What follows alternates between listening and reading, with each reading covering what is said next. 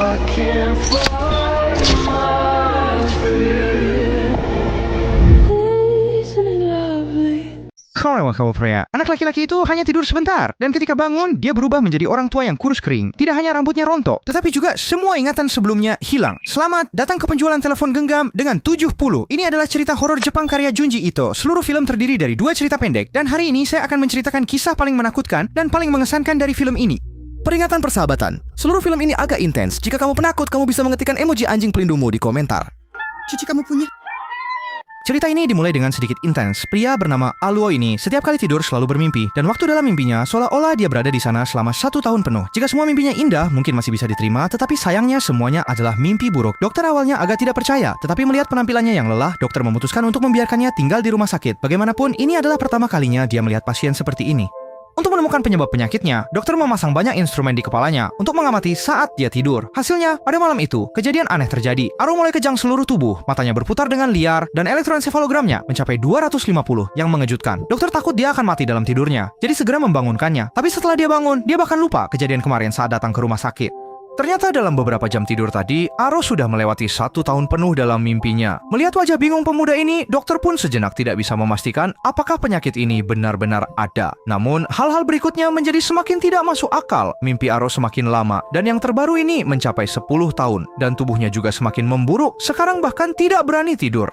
Dokter ini, untuk menenangkan emosinya, mengatakan bahwa semua ini hanyalah ilusi dia sendiri. 10 tahun dalam mimpinya hanyalah sekejap di dunia nyata. Lagi pula, kamu hidup lebih lama puluhan tahun dalam mimpi dibandingkan orang lain. Kenapa tidak senang? Kembali tidur saja. Dan pemuda ini juga orang yang jujur, malam itu langsung berbaring di tempat tidur untuk tidur. Tidak lama kemudian, rumah sakit ini kedatangan seorang pasien wanita. Penyakitnya kebetulan berlawanan dengan Aluo. Dia tidak bisa tidur di malam hari. Tidak peduli bagaimana dia mencoba. Setiap hari merasa seolah-olah akan mati mendadak. Dan setiap kali sebelum kambuh, dia suka berteriak-teriak. Saat dia berguling-guling tidak bisa tidur, tiba-tiba dia melihat bayangan seseorang berdiri di luar kamar. Ketika orang itu membuka pintu dan masuk, gadis itu ketakutan dan berteriak keras.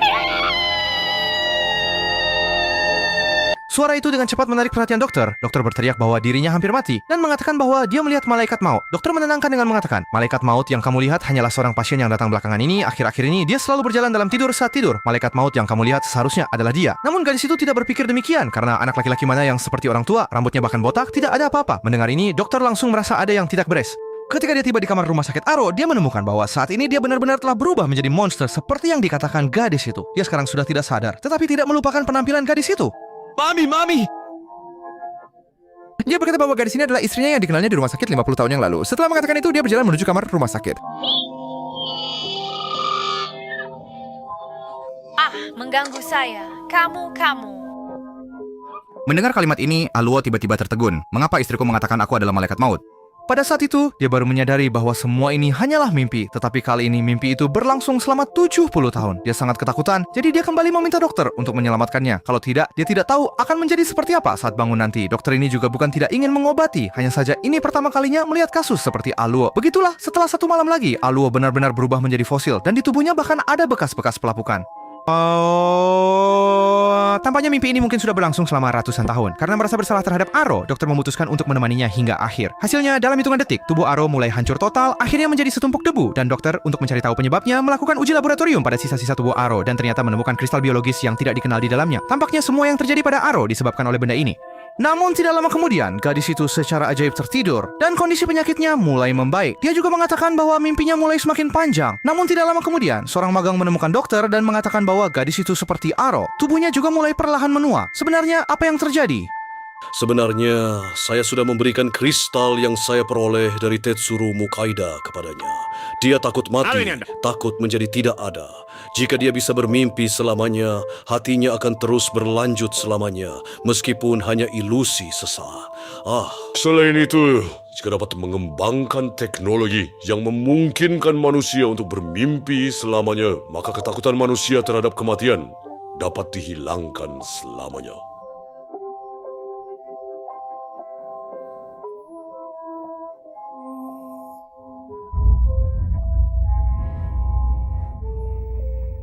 Sampai di sini, film berakhir. Horor tingkat tertinggi dari Junji Ito seringkali bukanlah monster yang melompat keluar untuk menakut-nakuti, melainkan perubahan yang tidak dapat dilawan oleh manusia. Tidak peduli berapa lama hidup dalam mimpi, akhirnya semua berubah menjadi setumpuk debu. Ini sebenarnya mengejek manusia atas pengejaran delusional untuk memperpanjang umur atau menguasai takdir. Ketika kita mencoba untuk campur tangan dalam ritme biologis dengan cara eksternal, pada akhirnya hanya akan mempercepat kehancuran diri kita sendiri.